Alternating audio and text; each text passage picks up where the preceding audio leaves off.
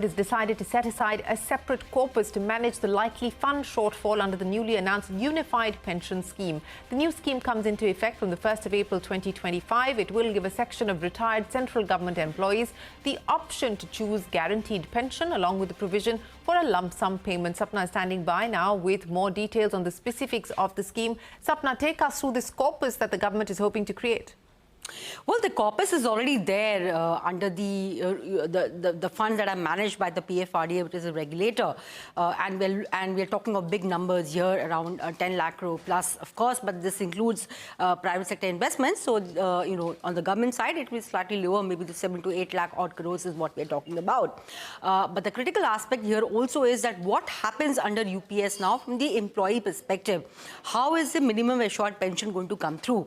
And it's important to understand that what the government is now proposing is, creation of two separate accounts under the pension fund. One would be the individual pension fund, in which the 10% of the employee plus 10% contribution to the government will go in.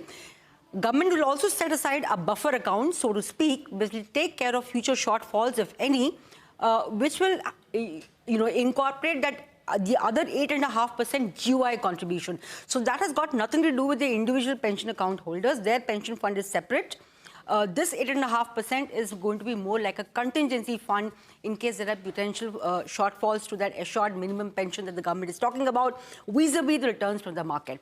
That will only be utilized in case there's a gap. Otherwise, the expectation is that it's a market that will make good the returns. The government will only have to intervene when required. So this is one thing that people have to keep in mind. Second, also your minimum assured pension is going to be calculated on the default option. What is the default option under the PFRDA regime? Basically, the investment pattern that they have, 85% in fixed income instruments, 15% in equity. So that is how the minimum assured pension is going to be calculated.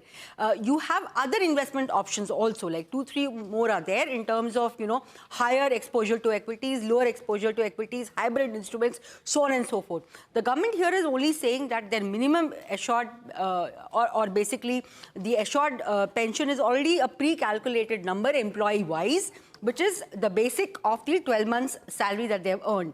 So anything that's going to fall short under this default option is going to be made good by the government. Now, suppose I choose another investment option, I don't come under this default option. What happens to me? So in case I am having a shortfall, the government will only compensate me to the extent that this default option is there, on which they're calculating the minimum pension. They will not be compensating me on my entire loss. But anyway, some compensation is going to come through. So net, it's likely to be very beneficial. And the smart thing the government is doing is that even any future liabilities that will arise, they have already they will be creating a reserve fund. And that fund is also going to earn money from the market. So essentially, nobody is going to spend from the pocket, so to speak.